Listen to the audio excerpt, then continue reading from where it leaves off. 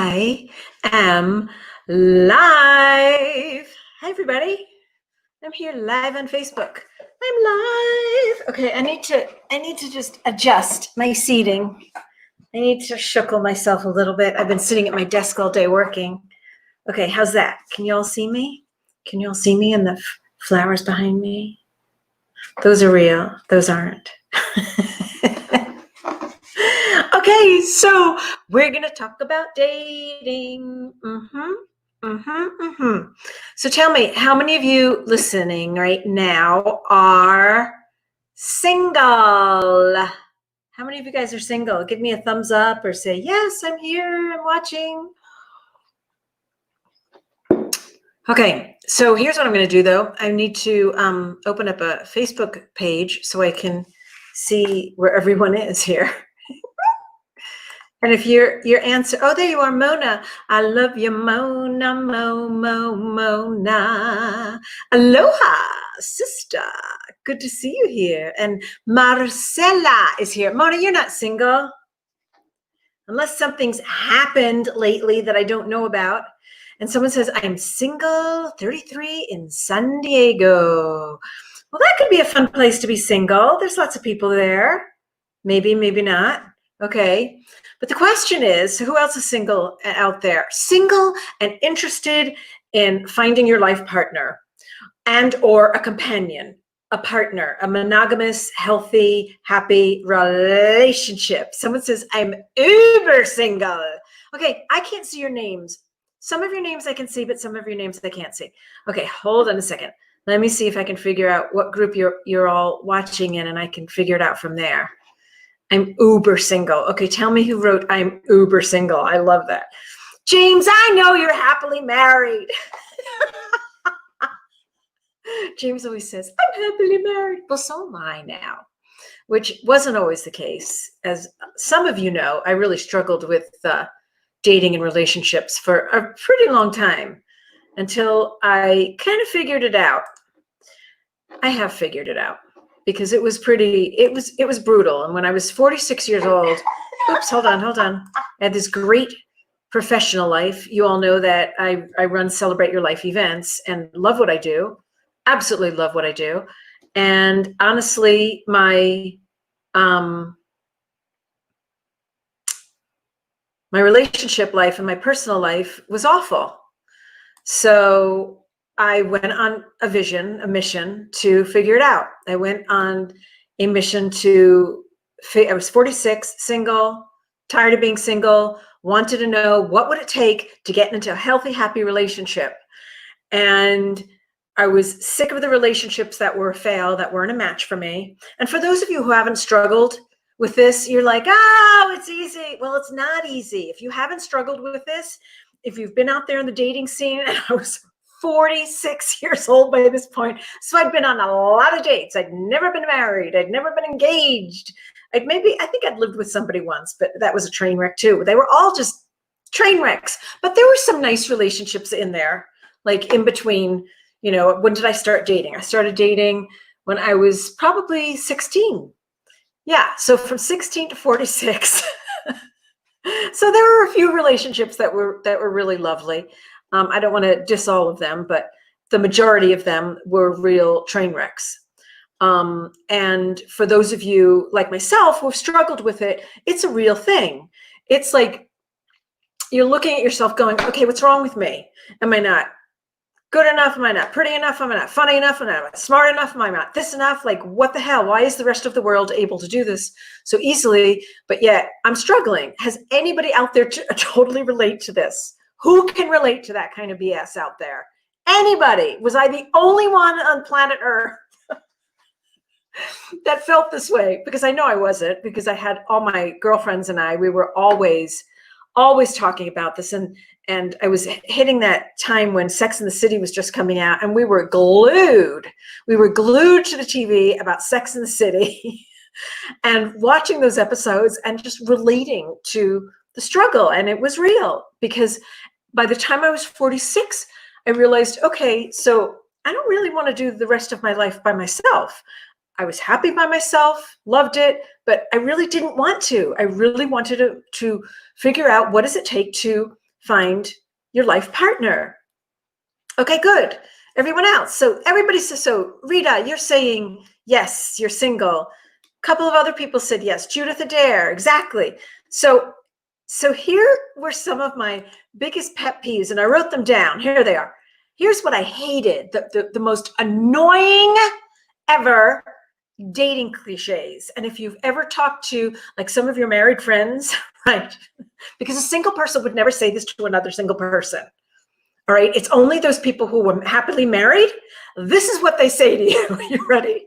And please know I love all my happily married friends, but this is what I got a lot of. You ready? You just have to love yourself before you can find love, Liz. That was one of my all-time pet peeves, but my favorite, most annoying cliche. You just have to love yourself first. Well, oh my goddess, how many workshops had I taken? How many love myself messages did I put all over? I freaking loved myself. I loved myself. Loved myself. But it still wasn't happening. Okay, number 2.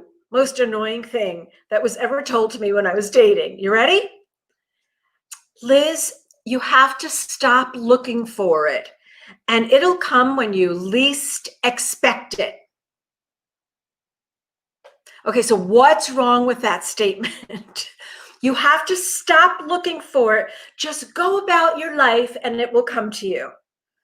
Well, I'm sorry. Law of attraction says, yes, you manifest, but you also have to do something about it, because the universe doesn't know that you're taking it seriously unless you're out there doing something about it, right? So that one was just like complete and total bullshit to me, because there are times when no, I didn't date, and no, nothing ever came to me. If you want a job, don't you go out there looking for a job and apply for jobs? Well, it's the same thing. How many of you are saying yes to this? I can't see the comments at the same time. I got to see what you're saying. And totally, okay, see, you're in the same boat, 49, and totally same boat as you were at age 46. Exactly. Had a few train wrecks so far. This one is working. Yes, and you've been with him a long time, Mona. Oh, good. I'm not the only one, Jenny. Good. So that was like one of my second, number 2 pet peeves, when somebody would say to me, just stop looking for it. Well, really? Really? Because that makes no sense to me at all. Again, law of attraction says, yes, you have to do your work and do your inner work and your manifestation works, but it's just, that's not the magic thing. And you just wave a wand and somebody shows up. It's to me, at least I had to put myself in positions and let the universe know that I'm serious about this. So I had to go on the dating websites. I had to put myself out there. I had to ask men out when I was interested in them. I had to be a little bit brazen if this is what, well, I'm kind of brazen anyway, but that wasn't a far stretch for me. As you can imagine. So that was my number 2 pet peeve. Number 3. Oh, this was classic. You must have father issues. Well, duh. I had about 10 fathers. Okay, so that's an exaggeration. But yeah, I had a few fathers. My mother was a little mashugana when it came to personal relationships. So yeah, I know. Okay, so I've worked through that. I've had years and years of therapy since I was 18 freaking years old. I get it. And for those of you who don't have father issues or mother issues, whatever the case might be for you, yes, well, of course, we know that, guys. Then the other one that I really loved, you have to, and this kind of goes along with loving yourself, but you just have to be happy with your life first. Okay, where in this equation am I not happy? Love my career, love what I'm doing, going about my life. I'm 46 years old. Come on already. And my last favorite dating cliche from people that are not out there dating is, drumroll please, you're too picky. Now, okay, I get it. You got to bend the rules a little bit, I guess, but really you don't. So I'm sorry, I don't want to be involved with that active alcoholic anymore, or I don't want to be involved with that person who's unemployed or not taking care of their life. No, we're not being too picky, people. All right, now that I'm done with the comedy routine, let me see. Let me see what some of you have said here so I can address any questions or anything you've said here. Okay, 49, still the same. Get it. Heard both of those so far, Judith. Yes, so true and hysterical. Yes. And you know what? It's really fucking annoying because I just don't get it. I remember you were lively, amazing, and beautiful. Well, thank you, Ginny. I just love life and tend to build others up with slightly flirt style conversations, never fake, always what I see and feel about that person. David, that's wonderful. Okay, so some people, yes, it came to you easily, maybe at a younger age or whatever it was, and you haven't struggled with this. But what really I hear over and over again from people, and not even from people, from myself and my own experiences, was, well, why am I getting into these relationships and they're not working out? Why am I getting involved with the same person over and over again, but they just have a different face? Why am I attracting all these kinds of people to me? That was one of the big ones for myself and for all of my girlfriends at the time. So, hello, Cynthia Stoneman. And so, and your mother wanted to hold out for a wealthy man. Yes. No, I understand that too. Well, here's the deal. There are answers to all of this. I promise you, there are answers to all of this. And when I'm really getting serious about it, I was 46 and I'd had it. I broke up with this man we were a train wreck together. He was a train wreck of a sweet, kind person, but he was not my match. And I'm sorry, I'm going to say he was a train wreck because he wasn't, he had a lot of issues. And you know what? So did I. So I had to figure it out. And it wasn't that I wasn't happy with myself. It wasn't that I didn't do a lot of therapy. It wasn't that I didn't do, all the issues from growing up with a few fathers. It just that I had to clean up the edges on certain things. And for those of us who have been in that relationship and that dysfunctional and I call it the dysfunctional relationship and dating pattern, there are answers to it. And I figured it out. And I did meet Jeff. I met him on Match.com. And within 2 years of dating and being together, we did get married.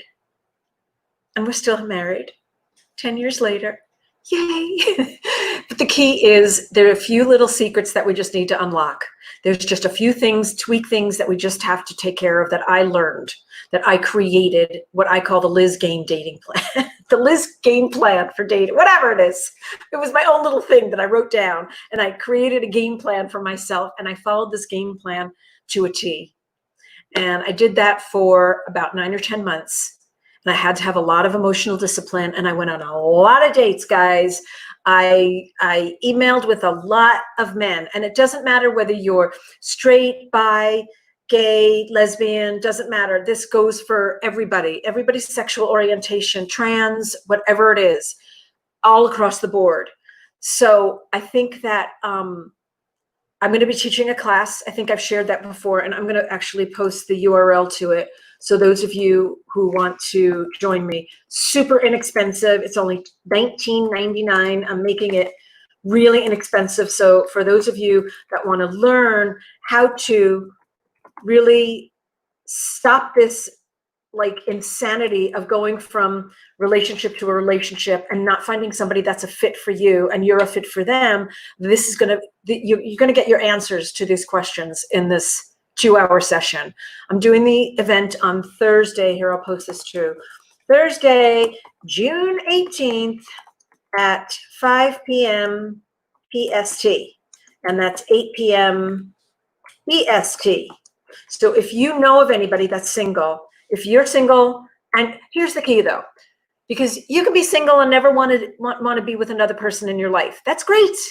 And honestly, I think that's how my mom was after all of our marriages. And that's fine. For me, I didn't want to be alone the rest of my life.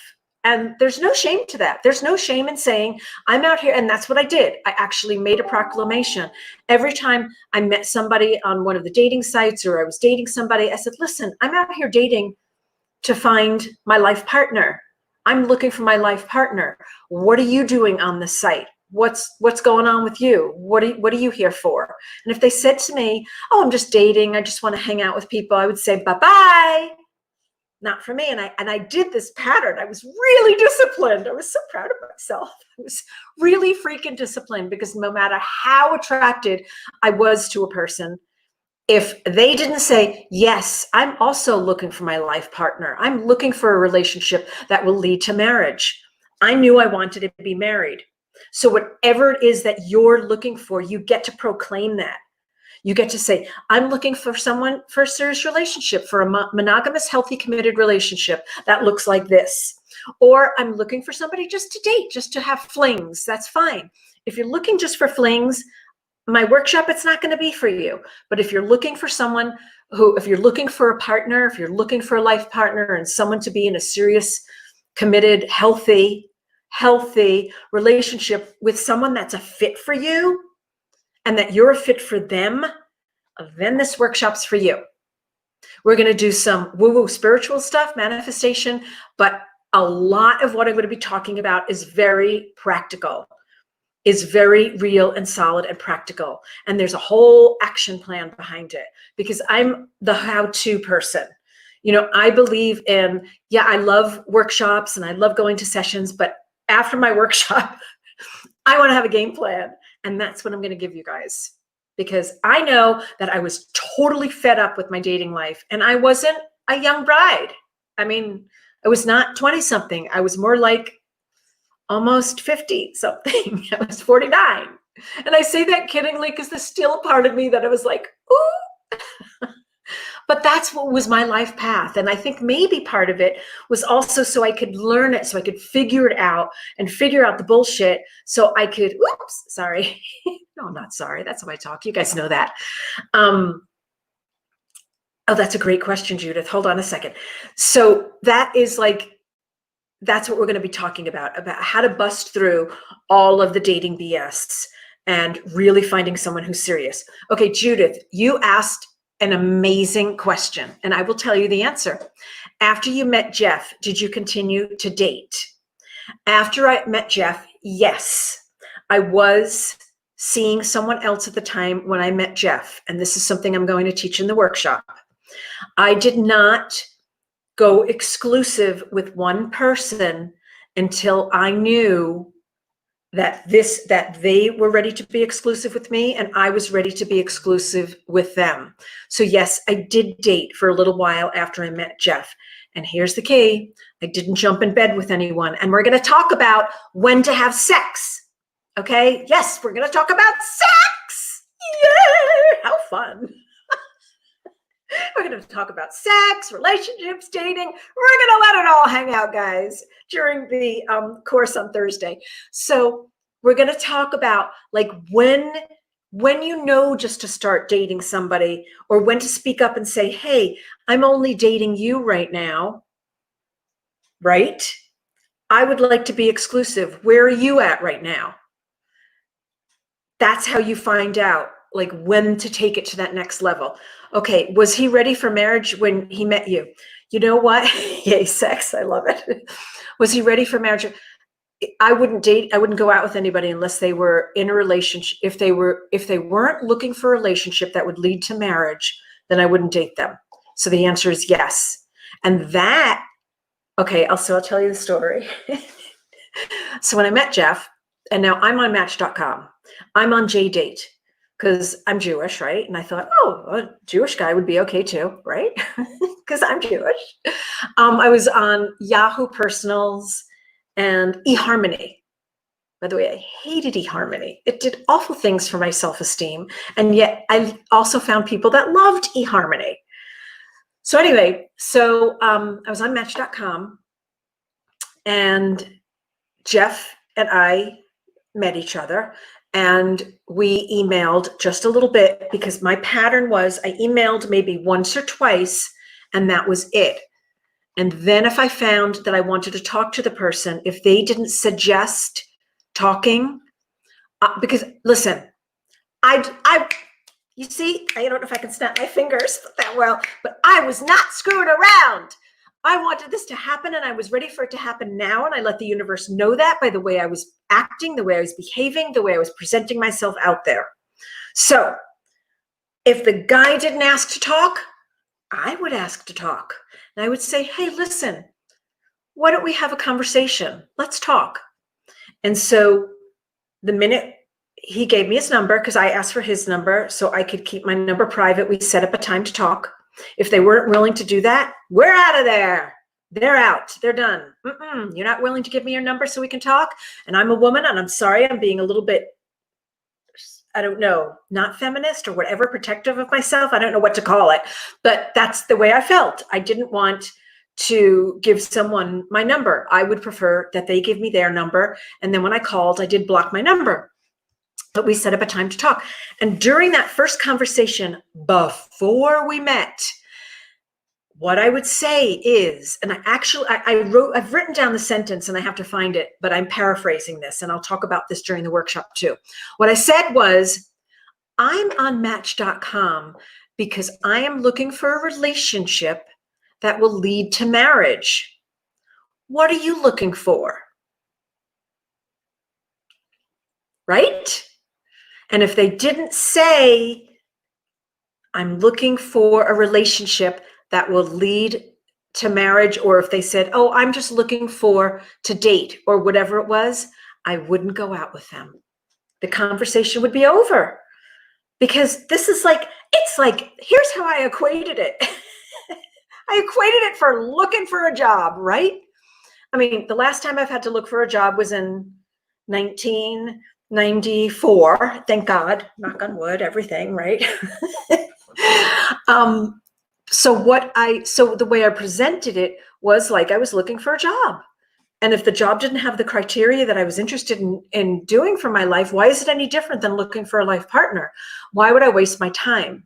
Why would you waste your time? Why would you waste your time with someone that doesn't have the same vision and the same goals as you do? Because it'll never work. If you're looking for marriage and he's not looking for marriage, or she's looking for marriage and you're not, and wait a minute, the other way around, doesn't matter. If the person is not looking for marriage and you are, or a serious relationship and you are, forget it. You're not going to change anybody's mind, no matter what a great connection you've had on the phone, or what a great connection you've had on email, and you think, oh my God, this is the one. No, it's not the one, because the one is going to be ready for you. Because now, okay, ready? The relationship you are seeking is seeking you. Let me say that again. The relationship you are seeking is seeking you.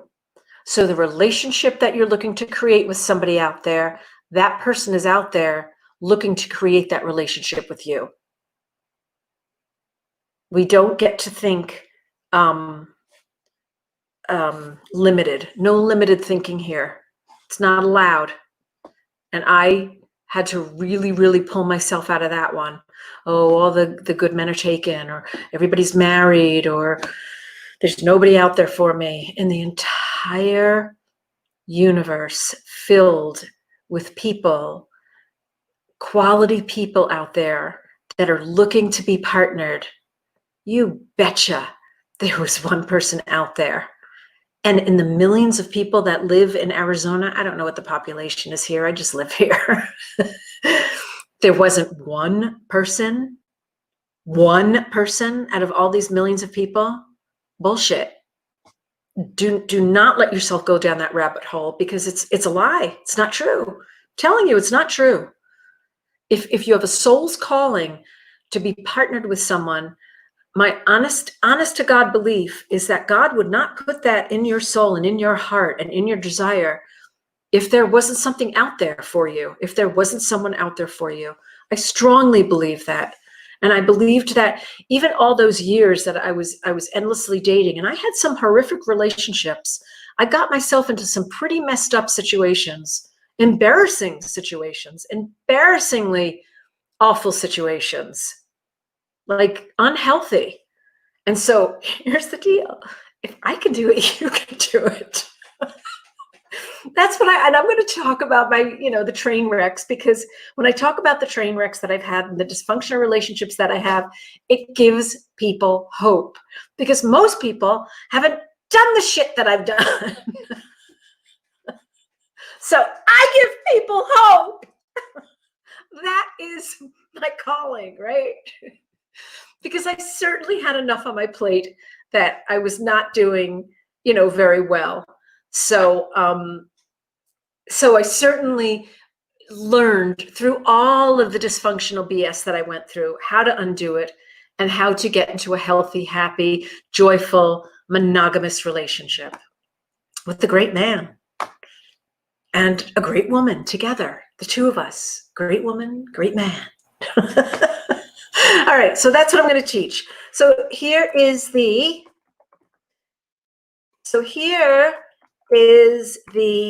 website. Again, it's celebrateyourlife.com/dating.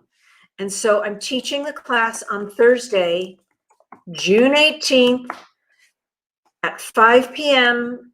Pacific Standard Time, which is 8 p.m. Eastern Time. And it's only $19.99. It's less than a month's membership at any of these dating sites. It's equivalent to 4 cups of coffee at Starbucks, 4 expensive cups of coffee at Starbucks. So come join me. Share this with your friends. If any of your friends have issues with this, and you hear about their relationship struggles, or you hear about their dating dramas, I can't even tell you the most hilarious dates I've been on and the people I've met, all the wonderful, beautiful beams of light that I met throughout my journey doing this whole dating thing. So I'll share that during the evening, but the biggest thing that you're going to get out of it is how to stop this for yourself, how to stop dating all the wrong people and how to start dating the right people, and how to figure out how to do that. I'm going to teach you that, how to figure out for yourself. There's a formula. There's a way to do it. There are some things that, nobody tells you, which I don't understand why no one who's ever struggled with this has ever kind of shared this information. I have a feeling because nobody's ever really figured out some of these pieces that I figured out along the way. So it's original information from Liz Dawn. Okay, you guys. Oh, look at you, Cynthia. $19.99. What would you invest for a happily ever after? Oh my God, that's a really, really good tagline. She's a good marketing queen. How long is the workshop? I'm saying it's going to be 2 hours. But as you can see, I talk a lot. I was only coming here for 10 minutes. So I'll try. What I'm going to do, Lori, is that I will get all of the important information in 2 hours. If we need to run over, it's probably just going to run over with questions, because I'm going to be doing it on a platform called Webinar Jam. And in Webinar Jam, I'll be able to see your, I think I'm going to be able to see your questions. I have to learn all the tech stuff with it, but I'm pretty sure I'll be able to see your questions. And what I want to make sure is that we don't walk away with I want at least people to walk away with the basics, the basic understanding of how to start, how to get this party started for yourself. How to get this party started. Lori Slobin Saltzman. If I'm a half hour late, is that okay? Absolutely. It's going to be recorded so you can rewind and listen to it later on. Yeah, you can absolutely jump in whenever you need to. I won't even know that you're late. You'll just jump in. Okay, people, any other questions about it? Questions? Nothing? No more fun comments about your things that you hate, dating cliches? Okay, you can't be 19. Yeah, I'm absolutely committed to making certain that I share a lot of information with you.